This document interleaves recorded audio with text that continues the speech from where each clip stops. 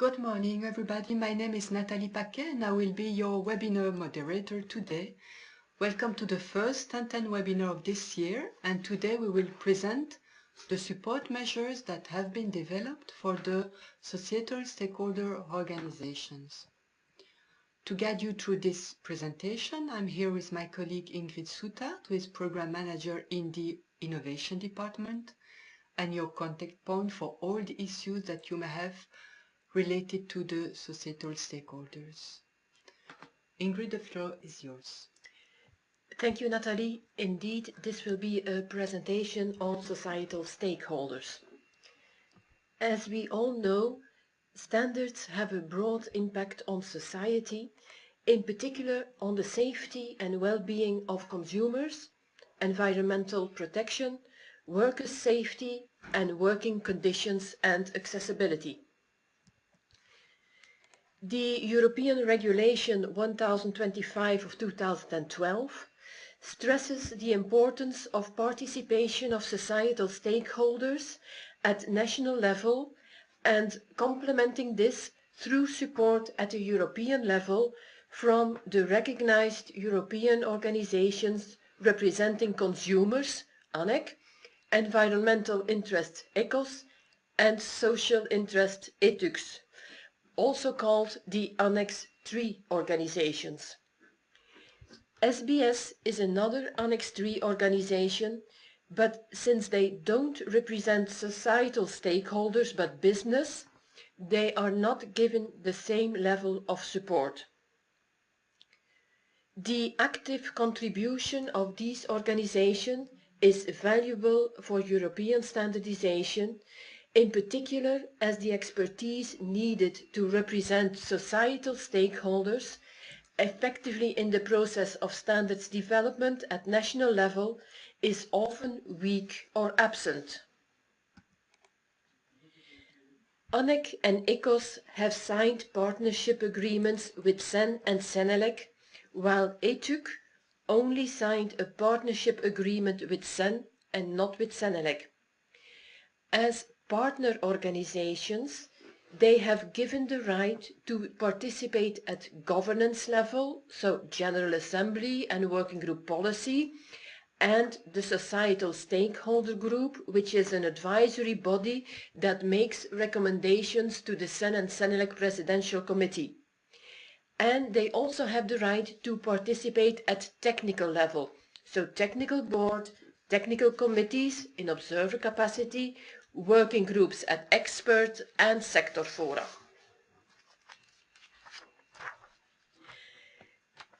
CEN and CENELEC BTs decided that Annex III organizations that have entered into partnership with CEN or CENELEC are entitled to participate in any technical committee and its relevant working groups, and this without any restriction.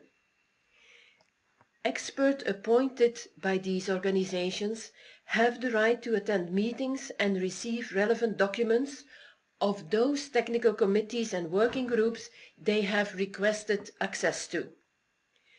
These experts have access to working documents and draft and final draft standards. Annex III organizations have the right to submit comments on draft standards and final draft standards up to and including the voting level.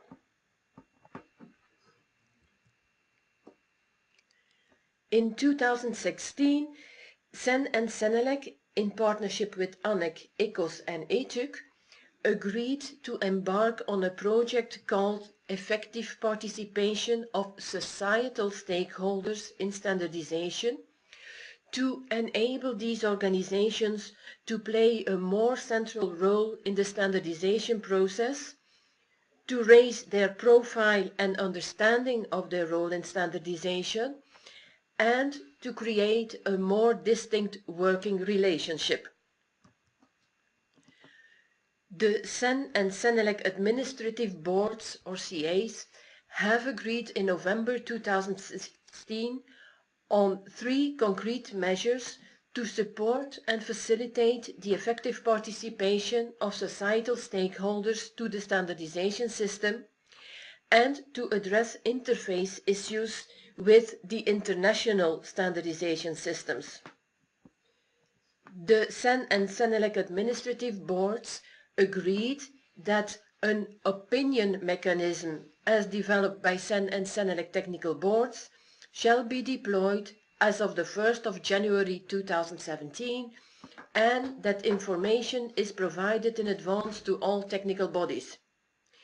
The administrative boards also agreed to the preparation of a package of actions to support societal stakeholder organizations at international level, and they approved the measures to raise awareness of the role of societal stakeholder organizations through the updating of CEN-CENELEC Guide 25 and the development of a brochure in cooperation with ANEC, ECOS and ETUC.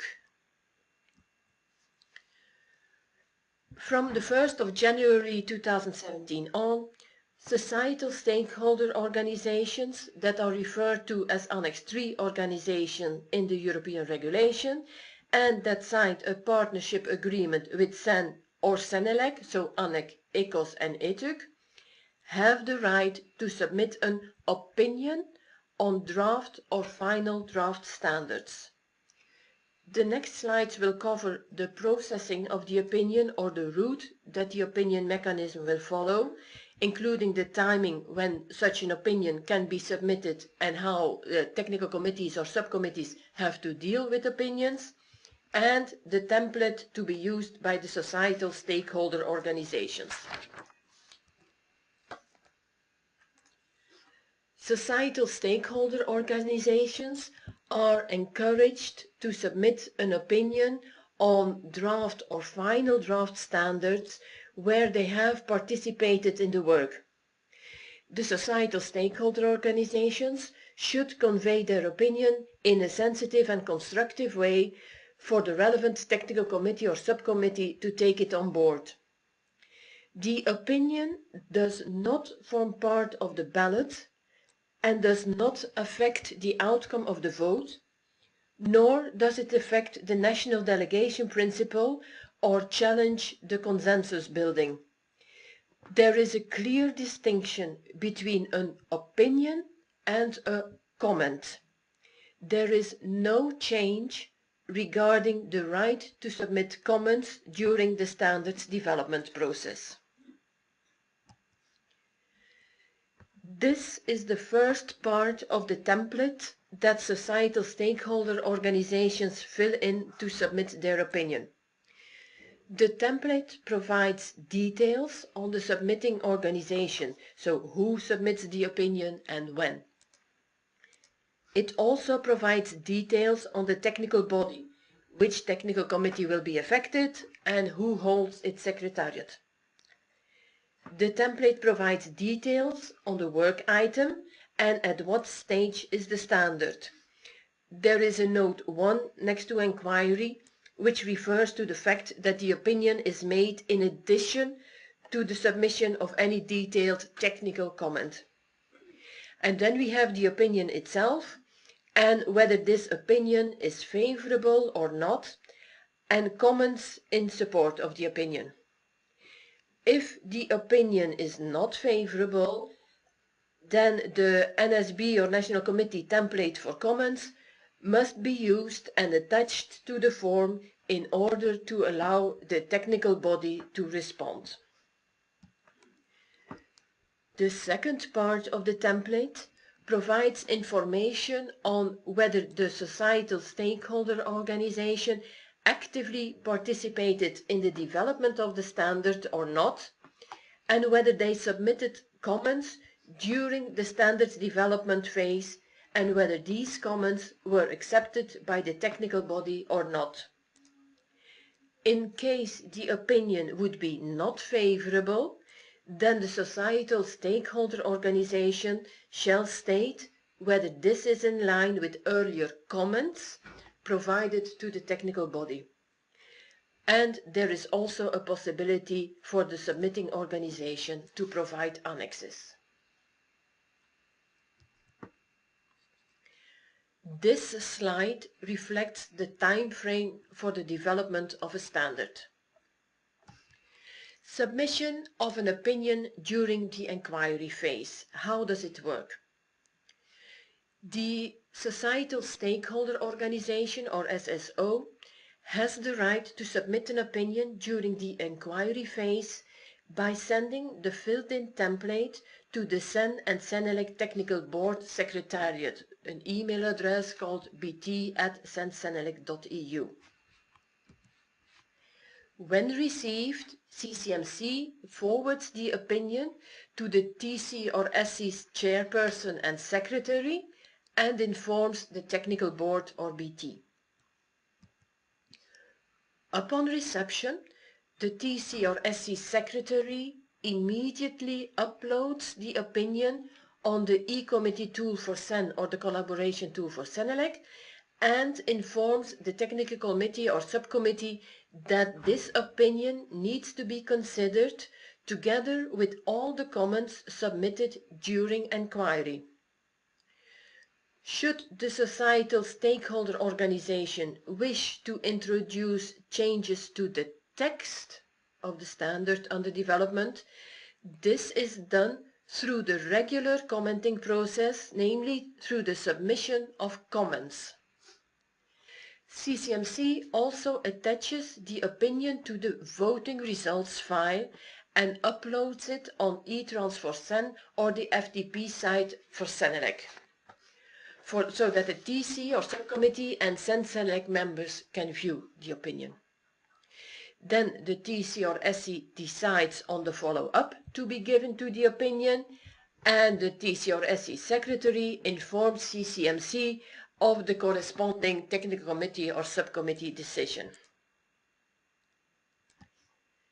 Similar for the submission of an opinion during the vote.